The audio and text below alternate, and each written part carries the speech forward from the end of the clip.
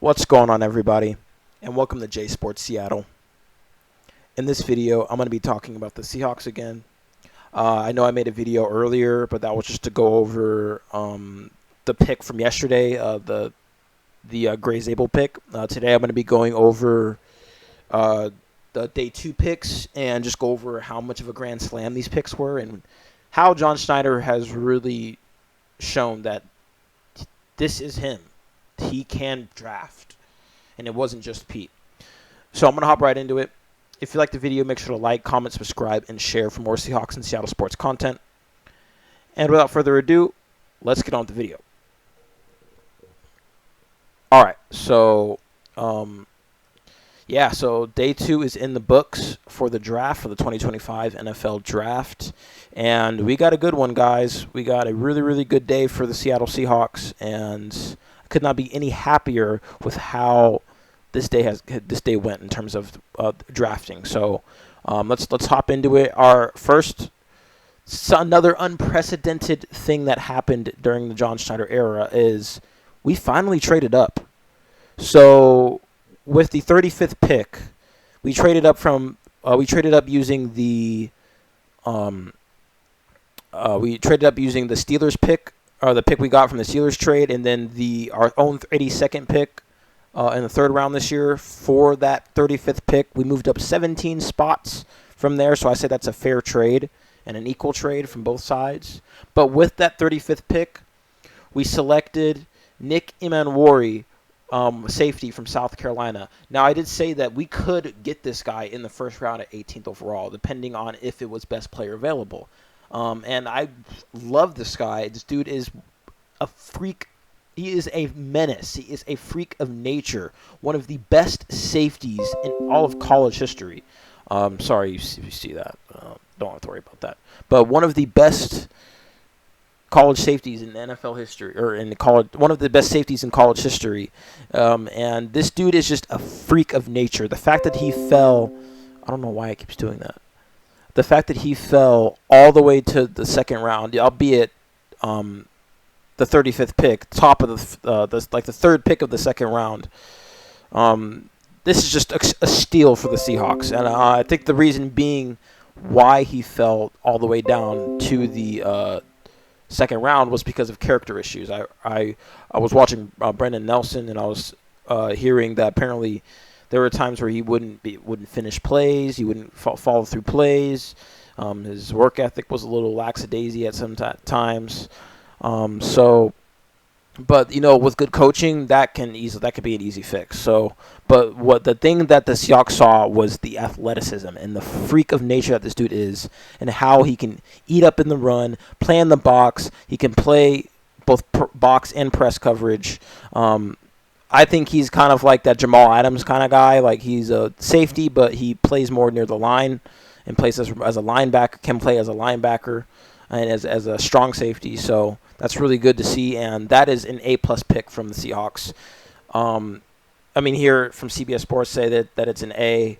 You go to SI, they give it like a B+. I give it an A+, in my opinion.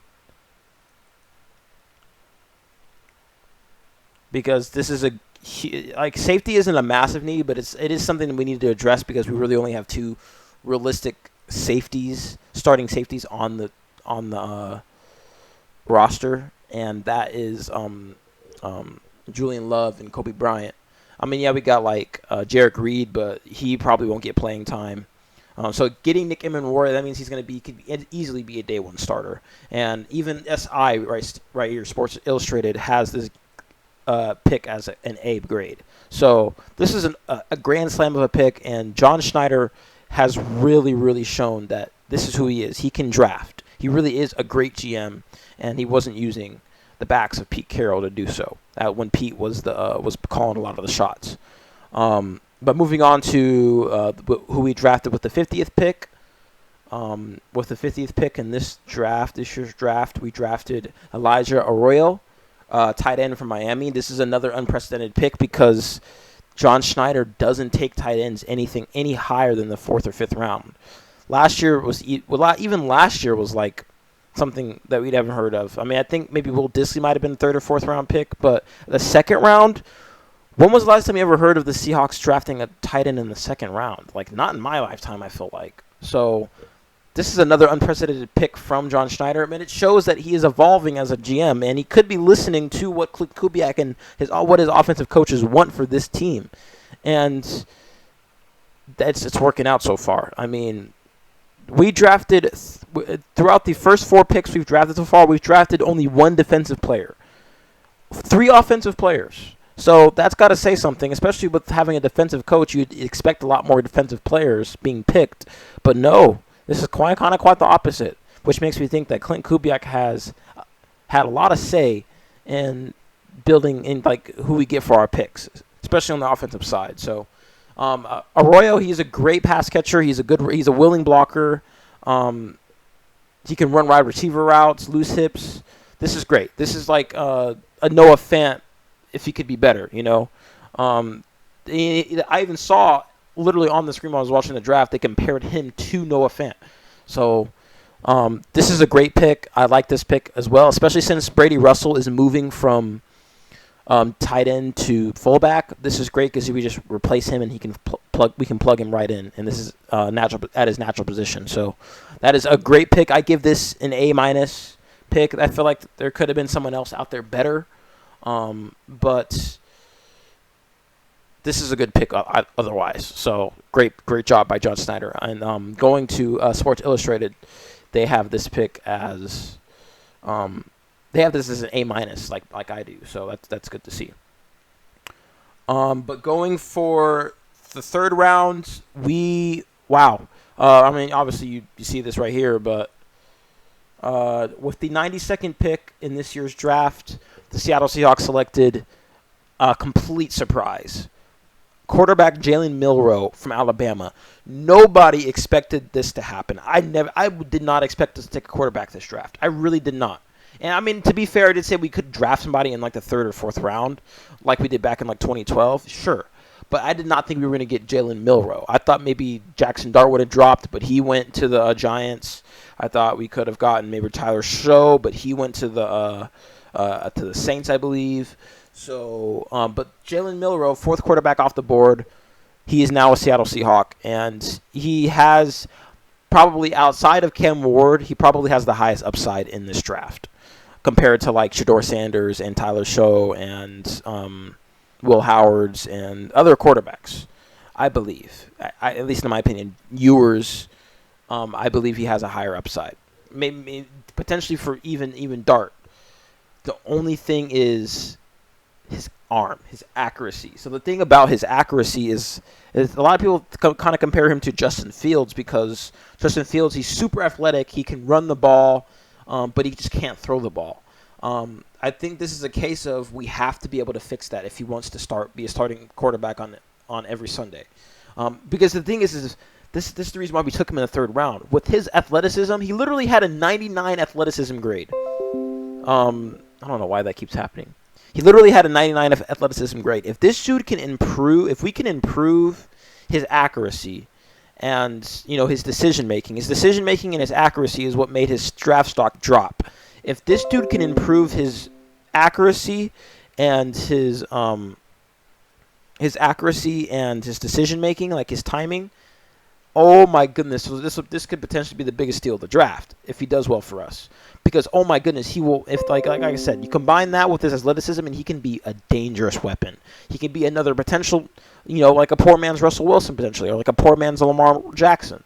You know, a guy that can, you know, get passes down the field, but will destroy you with his legs if you allow him to. So that's what I like to see. And this is a great pick from another great pick from John Schneider. And if it doesn't pan out, oh well. But we got this guy for a 3rd round pick, and this is great. Okay, cool. I know I'm disconnected. I'll take care of that later. This is a great pick. Overall, day 2, an A. I give this an A. The overall draft so far, give it an A. Because, oh my goodness, John Schneider, you have absolutely come out here and showed why you deserve to be, why you are still one of the better GMs in the league. And I don't know why I doubted you. I just wanted you to get an offensive line.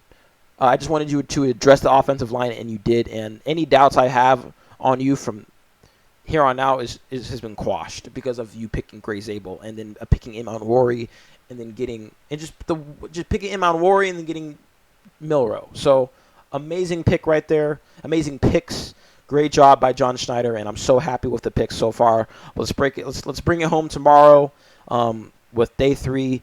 Obviously day 3 it's like a crapshoot, but like the one person I really want us to get that's still on the board is Cameron Scadaboo. Please. I know, like I said, I'm from Arizona State. I go to Arizona State and I'm biased, but man, that dude can ball. Seeing that dude play in person, he can ball. And that type of play, he would fit right in with Mike Macdonald, like just being on Mike Macdonald's team with his physicality and his versatility in Clint Kubiak's system. So please go get Cam Scadaboo. If we got to trade up to do so, do it. But please. But yeah, I think that's all I have for this video. I'm going to be making another video tomorrow, most likely, just to preview or just to review the draft overall.